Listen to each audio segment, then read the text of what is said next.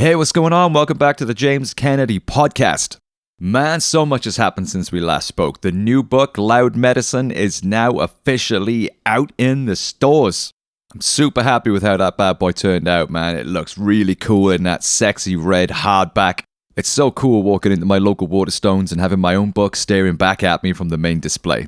Pretty damn cool, man. Massive thanks to everybody that's already picked up a copy of Loud Medicine. I really hope you're enjoying it. And if you've finished it already, please do leave me a review on Amazon, Waterstones, Goodreads, wherever you get your books from, because it's really helpful. And also, it's nice to know what people think of the book. Book number 3 is already being pitched to publishers as we speak. I'm trying to keep the momentum going on this whole book writing situation, man, because the whole process takes so damn long.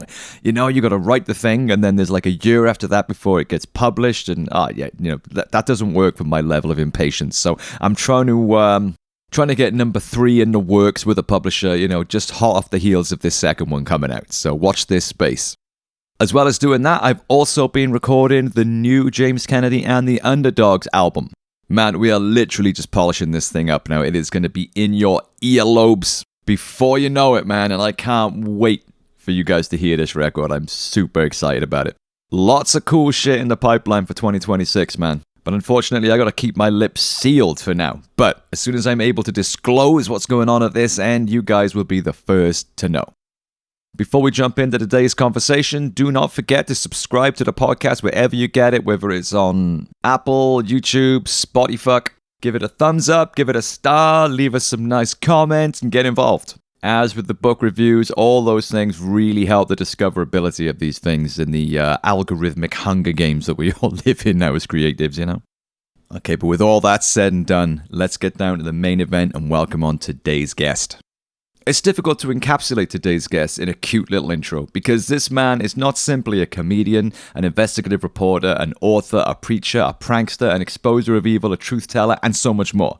But he's an inspiration, a tireless and unsurrendering voice of truth, justice, and decency for decades, fighting the good fight and keeping us laughing as we go. I've been a fan and a follower of this man's work for decades, so I'm absolutely honored and excited to have him on here with us today. So ladies and gentlemen, please rattle the roof for Mr. Mark Thomas. Mark, how you doing, brother? Hi, brother. How the hell are you doing, brother? It's great to see you. What's up? I'm all right, man. I've just got out of the bath, so you've joined me at a very relaxed moment. I love it. Perfect. And also, I should point out that today we are recording this on October the 13th, which, as it turns out, would have been the 100th birthday of the late, great Mrs. Thatcher, who I'm sure you're a fan of as much as I am. Any thoughts on Mrs. Thatcher, Mark? And will you be doing anything to celebrate what would have been her 100th birthday? Well, the thing about her, it's an interesting thing. That Thatcher's legacy has now been picked up by Reform. They're the true inheritors of Thatcher's legacy, which is total privatisation. And it amazes me because, what a lot of Reform supporters, the anger that Reform supporters feel is a very real anger. We should all feel angry. We're paying over the odds. We're paying masses of money to a bunch of billionaires for crapping in the water. We're paying over the odds for gas and electricity. We're not looking at green renewables. All these things are happening. There's sort of the piecemeal approach that Labour take to it all. The idea, we should be fighting for council houses. We should be fighting for a massive rebuild that is a council house rebuild. The privatisation of the health service. The continual privatisation of everything, the financialisation of our lives.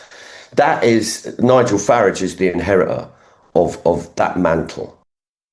I'm not sure I made any sense in that rant there. No, totally, man, totally. I mean, it's an interesting one, isn't it? Because, we're seeing the rapid rise, again, of populism in figures like Trump and Farage. The far right is back with an ugly vengeance. But do you feel the left should share some of the blame for that, and that the left has helped to enable this situation? Given that our track record the past 10 or more years has been shambolic, we've offered no effective opposition or alternative ideas, and we've just left the gates wide open for the far right to stick its jackboots back in. What are your thoughts, man? I mean, has the left been letting us down? Well, it's interesting. if you look at Labour at the moment, who are with Starmer's Island of Strangers speech, your reference to legitimate concerns, to criticising people's behaviour as being un-British, he's focusing on migration. You just think, well, all that he's doing is he's sort of, rolling out the red carpet for Farage. He's legitimising his viewpoint. What Labour essentially is saying is Nigel Farage is right, but we'll manage his racism better. And that has legitimised it. There's no way that Reform supporters are going to vote Labour. They absolutely hate them. I mean, we'll see. But my feeling is that the Labour Party have laid out the red carpet in response to populism, in response to the far right. And I think we have to be very clear about this. I mean, when you start talking about rounding up people on the basis of their skin colour and deporting them, that is fascism. And I think you have to be very clear that what Farage is putting forward is a type of fascism. He is kind of like a kind of super version of the 1970s National Front. When you say has the left played any part of this, I think certainly, to be clear on this, anti-Semitism exists. It's not a fictional thing. It exists. Anti-Semitism exists everywhere, and it exists in the Labour Party. But the way it was weaponised and used against Corbyn supporters, and Corbyn, was quite remarkable. And I think it shows that the right wing of the Labour Party would rather destroy the Labour Party. So certainly that's happened. I think there are parts, and you have to sort of like go, there are bits of the sort of movement to support Palestine, the solidarity movements. There are bits, not massive, but there are bits that have anti-Semitism in it. I mean, it's our duty to call that out. It's not as big as people make out, but it is there, and we have to call it out when we see it. When two Jews were killed in Manchester, it's very, very simple. That's wrong. That's racism. That's anti-Semitism. We condemn it. You don't have to add anything else onto it. You don't have to go, but what about? No, that's it. It's racism, and it's wrong, and it's evil, and we condemn it. That's it. I think the left's tendency, the whataboutery is really just, that does my head in.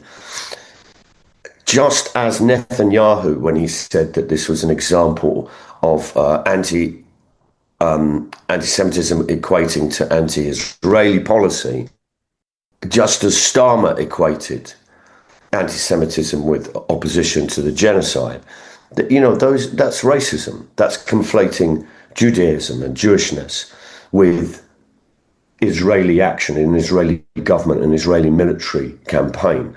The left shouldn't have any truck with that. But when we see it, we have to call it out. Beautifully put, man. Yeah, no, I totally agree. And we're living in strange times. It's like everything's become so binary now, You either totally agree with this or you totally agree with that, and you don't agree on anything in the middle. And I feel like this is something that started creeping in during the first Trump era.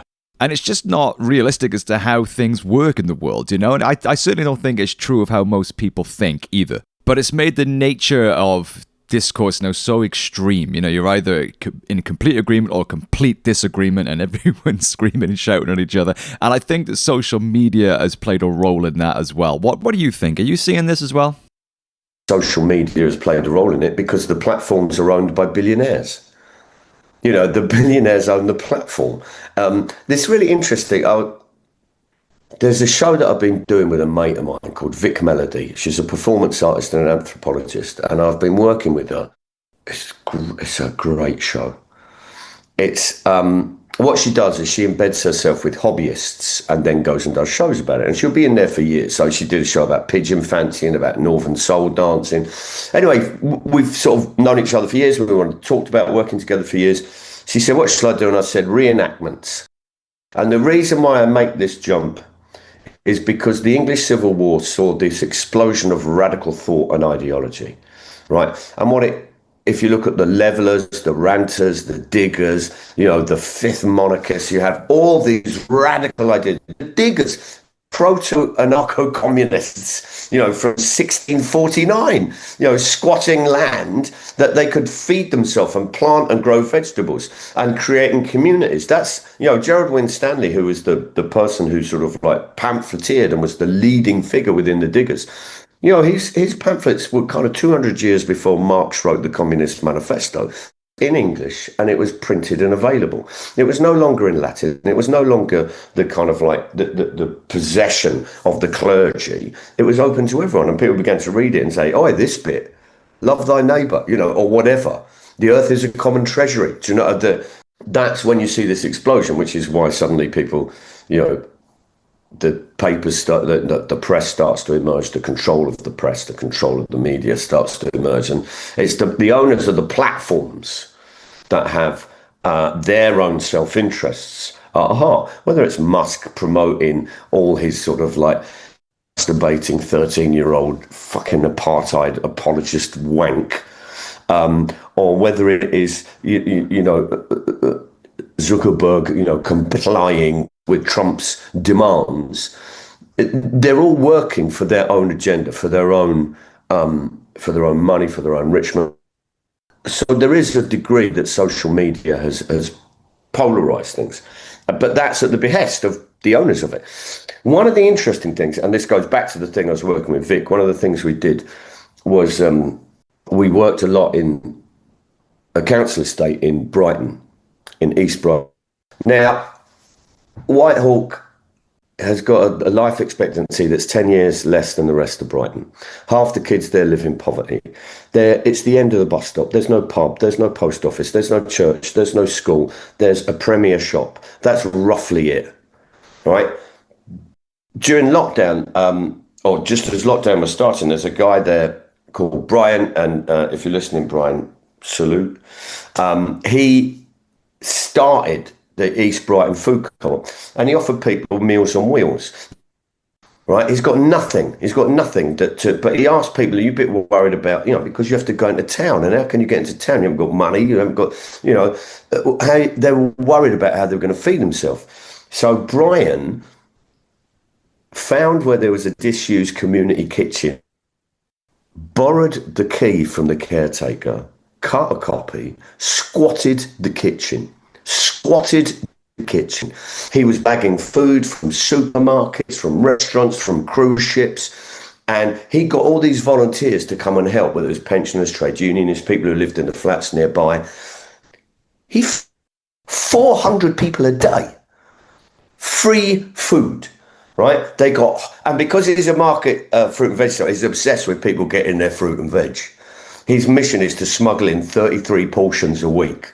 Right, he's absolutely brilliant, and he's a remarkable man, right? And so he makes things happen, and in communities, that's really important. Working class communities is really important that people come together in that way to fight for each other.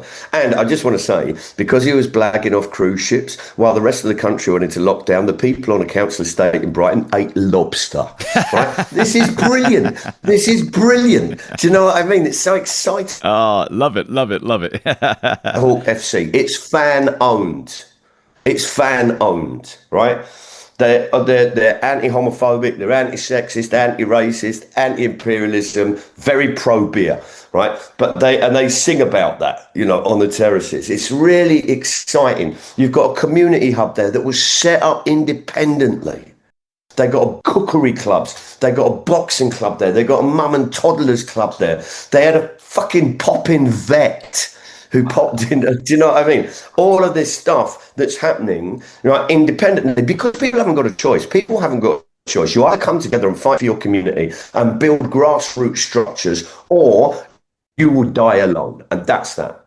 100%. Yeah. And that kind of segues perfectly into the next question I was going to ask you, because I wanted to ask how you feel we most effectively affect change. Because You've been involved in causes and activism for a long, long time. You've done a lot of work on a lot of different issues. So I wanted to ask, from your experience, what have you seen as being one of the best ways to affect change? And I feel like from what you just said, that the answer is possibly going to lie within direct action within the community, starting on your doorstep, making things better in real tangible ways today.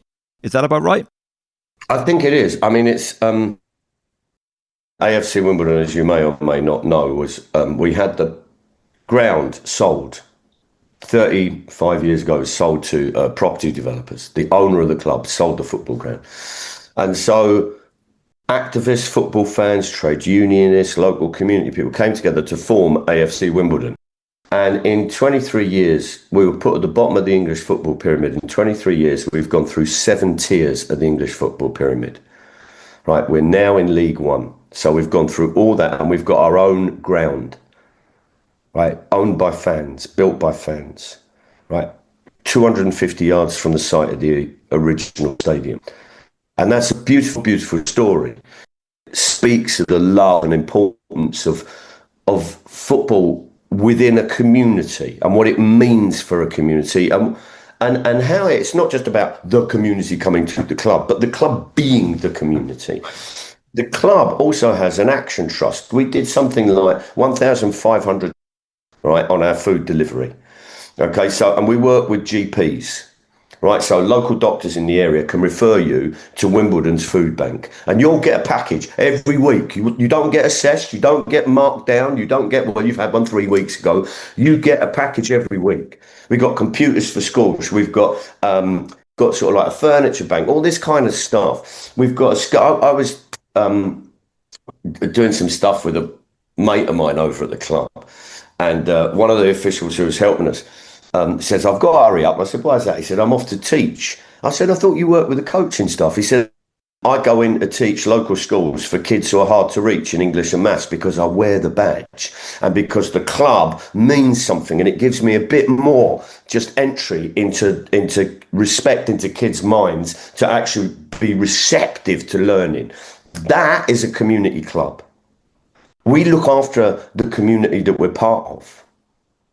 But it also means that if you're a football fan, your club's got more chance of surviving with roots in the community. You look at clubs which are just sold up, moved off, parcelled off, used by Saudi Arabia, used by UAE to whitewash or what have you. Do you know what I mean? Dreadful human rights and democratic deficit.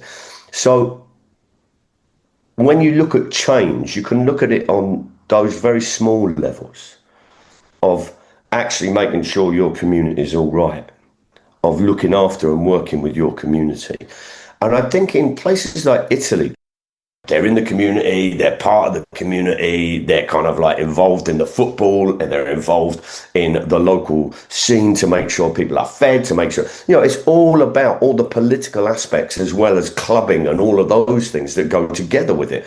And that actually is really inspiring. And you can see it over in Clapton CFC, which is the community football club, it's another fan-owned football club.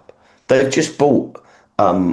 they've just got this place next door to the club, right, next door to the football ground, and it's they're using the ground floor for new changing rooms, for community work, for people involved in the community, for working to bring the community together to facilitate those needs. It's really exciting when you see these things. These are the bedrock that we need to be doing, the most basic terms of political work. Of course, it's important to, you know, pick up the mantle for Palestine. You know, it's absolutely appalling that we have seen Starmer, you know, arming a genocidal regime. It's appalling that he has then gone to outlaw people opposing it, non-violently, to opposing it and to prescribing Palestine actions. And we all need to fight on that, but we also need to do the bread and butter. Bang on, man. Yeah, beautiful stories, man. Beautiful people doing beautiful things in the community that actually affects people's lives for the better in the here and now in ways that all of us can get involved in, you know what I mean? See, the thing about that is it cuts across about bringing the community together. And once you've got them together, you can start to preach.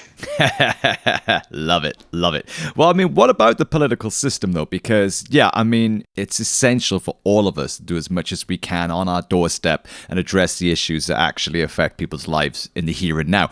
But we also have to fight fascism, and we also have to maintain our democracy. Certainly at times like now more than ever, we're living in such hot times right now that it's very easy and tempting to just tap out of it sometimes. It's certainly how I feel. I feel so fucking bedraggled by it all sometimes that I just want to tap out, you know what I mean? But I know that that's what they rely on, and that's what they want, and that's why they do it. So it's important that we fight the bigger battles and on the bigger battlefields as well, right?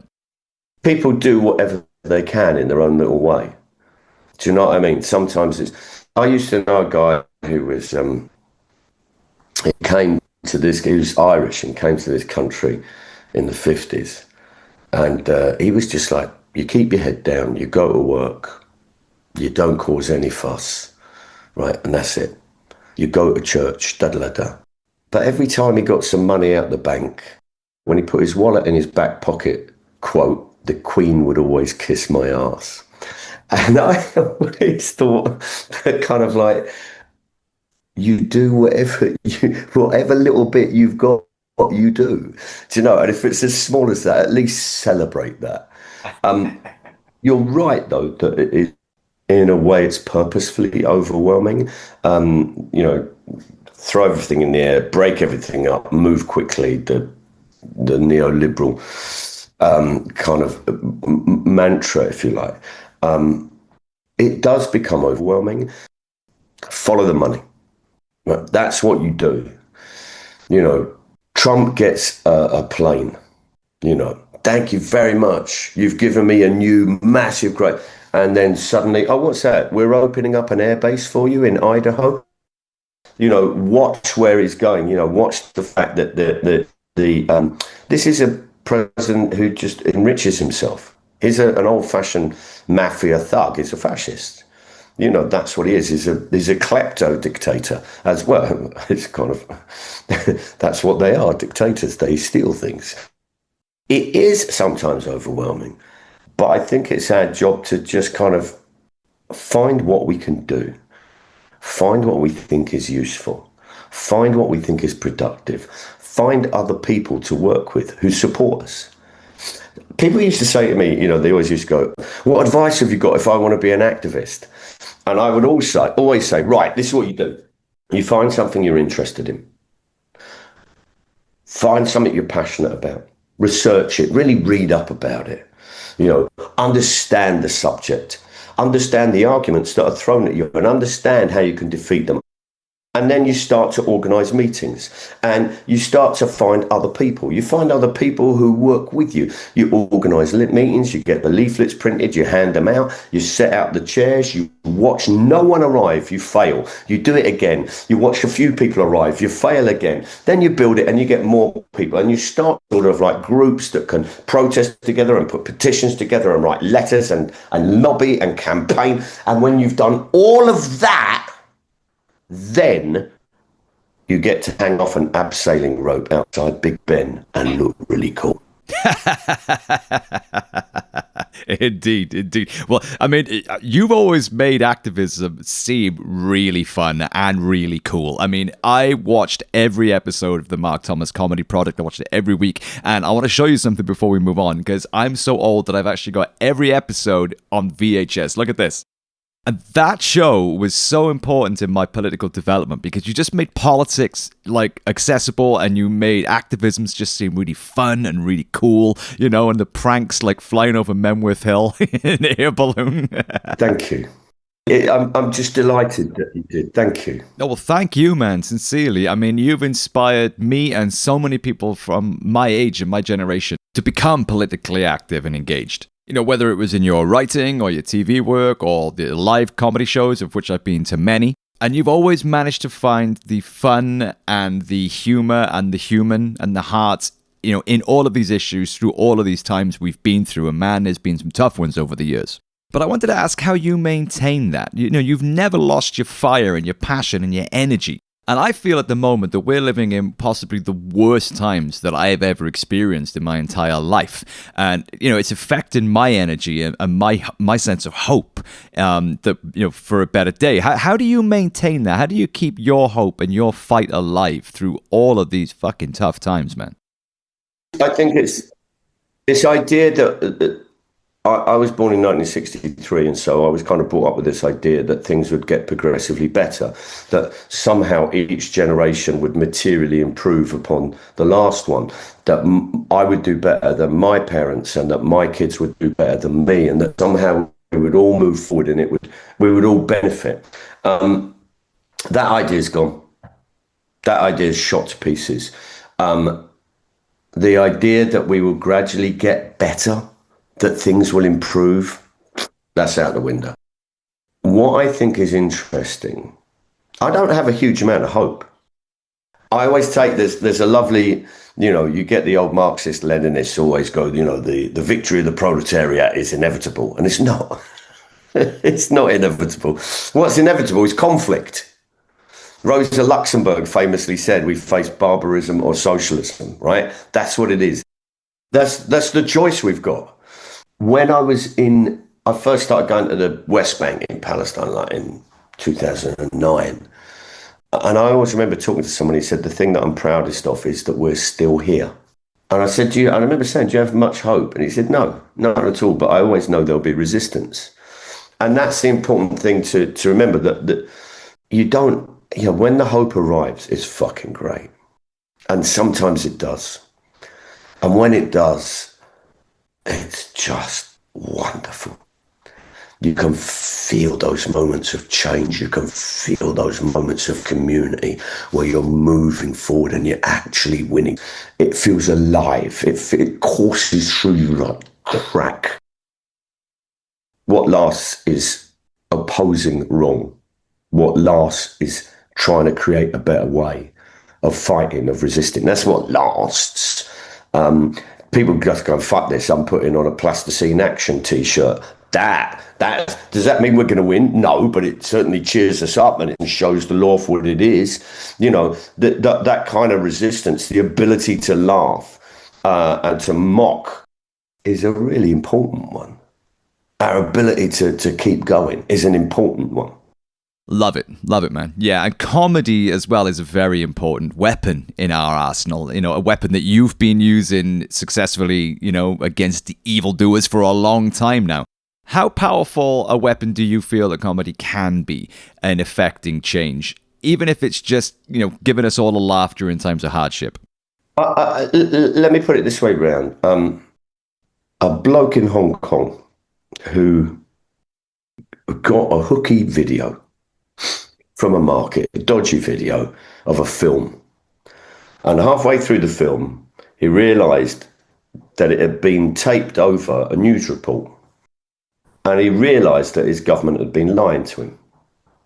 And he started this path of anti-government cartoons. And what he used to do is he used to do these cartoons and then spray them on the walls and then photograph them and try and get them through the Great Firewall of China. And they get through. One of the cartoons he did was of President Xi and Obama. And Obama was Tigger and President Xi was Winnie the Pooh. And that was the cartoon that he did.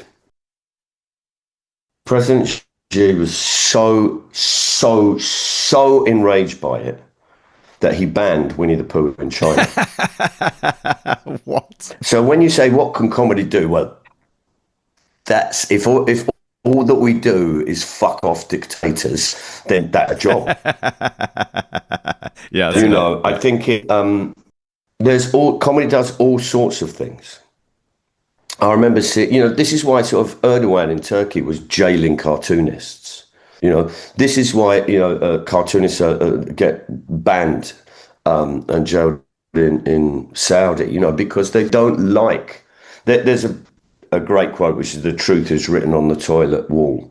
That actually that'll be the last place that you find the truth of it. And I suppose that's where comedy sort of like takes its stand. So for me, that's always there. That's always I had a picture that Martin Rosen did, and it was a cartoon. He's a cartoonist, and he did this cartoon, and it was after the Finsbury Mosque attack, where a racist drove a white van into a bus stop at Finsbury Mosque. And Martin drew a van at a bus stop, and on the side of the van it's got "Read the Daily Mail, read the Sun." That cartoon, the editor of the Daily Mail, Paul Dacre, went into a fucking meltdown. He did a front page, furious at these liberals mocking him, mocking his readers, and actually you think, from a cartoon, yeah, that's fucking great. And I love it. I've got that picture, and it's a reminder of what we can do, of what we can achieve with what we think are small things, But we're part of a culture. We're part of a culture of resistance. I mean, you can also look at it the other way, and you look at Israeli comics who are doing jokes about famine and jokes about Palestinians starving. Or you can look at it from the 70s, and you see the vicious thuggery that went on within sort of like some of the club circuits where, especially in the north of Ireland, famine gags were told. And these were sort of like these are the taunts of bullies. So it's not one thing or the other. It's just a thing that's there that really fucking upsets people in power. What more reason do we need than that? Also, it reframes things. I love the Portland Frogs. Oh, God, yeah, genius. So, there's war. There is a war zone. There's all these inflatable frogs standing off against the ice ages. Yeah, and these guys are so mega maniacal and narcissistic and psychopathic as well. They just can't handle anyone taking the piss out of their delicate little fucking ego. And that in and of itself, just to know that something someone said as a joke, an innocent fucking joke, has got them pounding round their fucking mansion with a vein popping out of their head, It's a beautiful thing. Yeah, absolutely. To know that we have the power to elicit that response from the rich and powerful is a wonderful thing. Amen to that, brother. Amen. And that segues perfectly into your new show, Ordinary Decent Criminal, a play written by Ed Edwards and performed by your fine self. You're performing it all over the country as we speak. Can you tell us a bit about it? What's the backstory? What's it about? And how's it going? Okay. Over the years, my shows have moved away from straight stand-up into big old theatrical pieces. I did a show about the Red Shed, which is a Labour club in Wakefield, and about the miners' strike and about a memory of it. And it involved all my friends from that time and meeting up and finding them and trying to find this story. And so it becomes a very theatrical thing. And what I love is I love all forms of performance. I'll tell you the caveat in a minute. So I've been building up shows that have verged into political situationist for years. And I came out of a show called The Political History of Smack and Crack, which is about the flooding of Liverpool with heroin in the early 80s. And I came out of seeing it, and I said, that's the best, as I came out in years. And this voice behind me went, I wrote that. And that's how I met Ed Edwards, the playwright. Wow. And we just started chatting, and we got on like a house on fire. And so we would hook up, we'd kind of go, if I was touring, he'd come and see me. If I was up in Manchester, I'd go and stay with him. And we got on really, really well. I really like working with him. And so we developed a show together called England and Son 2 years ago. And that was great. I mean, we picked up 6 awards and toured it in Australia. It was really brilliant. Wow. And so we wanted to do another one, which is this Ordinary Decent Criminal. Yeah. It's based upon the fact that Ed 3.5 years in jail for importing cannabis. And he was an old communist who ends up as a drug dealer and then refines his communism. And it's a story of... It's a funny old story because you get lots of people, like innocent people, go to jail and fight for their freedom. This one is guilty bloke goes to jail, discovered activism. And it's quite a wonderful story. Ed's writing is fantastic. It's like, because everything's in the present. It's fast. Everything's packed. So if you were saying, a thin-looking man appears at the side of the door and walks into the jail, right? He doesn't do that. He goes, a gaunt man enters, bang, you're done. Like it. Do you know what I mean? And it's like, everything is really alive. And it's a great story, and he writes in such that it's like an emotional roller coaster. We were doing it down in Plymouth, and it was just like alive. Do you know what I mean? The people were coming up afterwards and like, and I was saying to them, I'm glad you feel like that. I don't want you to feel like you've been to theatre. I don't want you to think that was marvellous, darling. Where should we go for dinner? I don't know. Have you read the report? You don't want people doing that. You want people coming out going, bloody hell, what was that? What the fuck was that? Yeah. That's what you want. And I love that feeling. We performed it, or I performed it rather, because there's only me in it, in a jail last week. Performed it to a group of prisoners. It was electric. People might not like the idea of going to do stuff in jails, but whether you like it or not, people in jail are in your community. They might not be on your doorstep, but they're in your community. So what do you want to do? Do you want to punish them more like the Daily Mail, or do you want to try and engage with people as adults and human beings? I'm not sort of going, well, we should give everyone jacuzzis, quite clearly. But what you want is people using their time to create. And it's really exciting looking at people's jail writings. It's really, it's one lad I met, this was a few years ago when we were doing stuff in jail. He had started writing and had been on the education course. And he showed me the pile of A4 books, notebooks he'd filled up with his writings. Whether it was raps, whether it was poems, whether it was diary pieces or short story. I swear to you, it's nearly a foot high, this pile of books, right, that he had filled in 3 months. For me, that's really exciting. That's really, really thrilling. And the play has all sorts of stuff in it about jail, about capitalism, about how it works, about how we survive and what we do to find meaning for ourselves, if you like. It's just a great. Go and have a look at the reviews. They're really good. They're really great reviews. Yeah, it sounds incredible, man. It really does. I've got to get out to a show. You're playing all over the place, sometimes several shows a day. In fact, you're actually playing tonight. Is that right? Yeah, I'm going down to Hove tonight. We've got 3 nights in Hove, which is all very nice. It's great to do. It's really great to do. And then I'm working on a new stand-up show, and we're looking at ideas for another theatre show and a little bit of activism and naughtiness. And then we're looking at some stuff with football and the idea that you can pressurise the football regulator. Love it. Make it look that clubs can't spend more than they earn. You change it all round. So for me, there's all sorts of things going on, and it's all very exciting. And I'm 62 now, so I should really be getting ready for my pension. But here's the secret. I haven't got one, so I'm just going to have to keep going. Yeah, I hear that. I'm in exactly the same predicament myself. Yeah, I'm going to be singing and playing the fucking guitar until the day they put me in a box. Well, thankfully, it doesn't sound as if you're going to be running out of ideas or fire or energy anytime soon. So that's great for your purposes and amazing for the rest of us, because we get to continue to enjoy the wonderful gifts of Mark Thomas for many years to come. Very kind.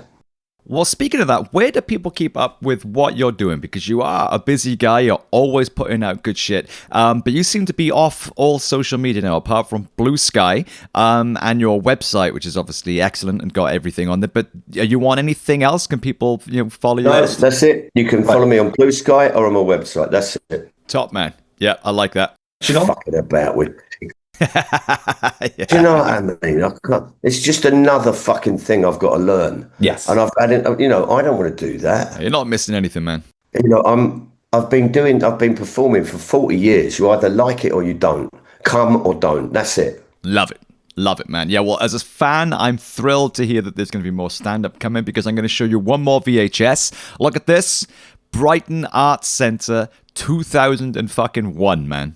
That was a great one. It's a Dam Busters tour. Yeah, that was Dam Busters when we were doing the Ilisu Dam. Bruv, one of the best gigs I've ever been to. I'm not lying, man. Man, I became involved in a campaign. I started a campaign by accident and working with Kurdish activists, with, sort of like green activists, crusties, all sorts of people. And we ran this really amazing campaign. And what was great was right at the beginning, we went to the Kurdish area that this project that Britain was supporting was going to take place. And they all said to us, just go and attack the finance. Go and attack the finance. And that's what we did. And we won. Unfortunately, we beat the British government and we beat 7 European consortiums and a torturing state. But we didn't win in the end. The Chinese government built the scheme, but we held it off. We did a bit. Was it enough? Well, no, but I have a feeling it never is. 100%. Yeah, man. Like, well, people ask me, as a musician all the time, what's the best gig you've ever been to? And they always expect me to say a band, And I say, like, Mark Thomas Dam Busters, because, like, I went with my father, who was a fan as well. He's no longer with us, sadly. But we both came out of that gig, like, fucking shell-shocked. It was just you on stage telling the story, and it was so fucking powerful and so intense. And we were just, like, shell-shocked when we came out. We didn't speak. We were kind of like, wow, that was a fucking ride. You know what I mean? That's what you want. You want people to be involved. You want people to be moved. You want people to be excited and full of thoughts and feelings. The idea that you should totter around the stage in fucking tennis whites going, does anyone fancy a game? It just fills me with fucking dread. The idea that, that you go and see some theatre sometimes. Like, I've had the nicest sleeps in the National Theatre. Theatre is essentially the most expensive, comfortable chair you can ever rent. And sometimes you leave the theatre and you just go, I hate every one of the audience. You know what I mean? Yeah, I can relate. Yeah. I want to see working class theatre. I want to see exciting. I love doing the show wherever we get a chance to do it. I've performed all over the place, whether it's been in working men's clubs, whether it's been in socialist clubs, whether it's been on fucking squats or car park roofs or in the street. I'm happy to do a gig. Theatre is kind of like my least favourite venue, but I'll put up with it.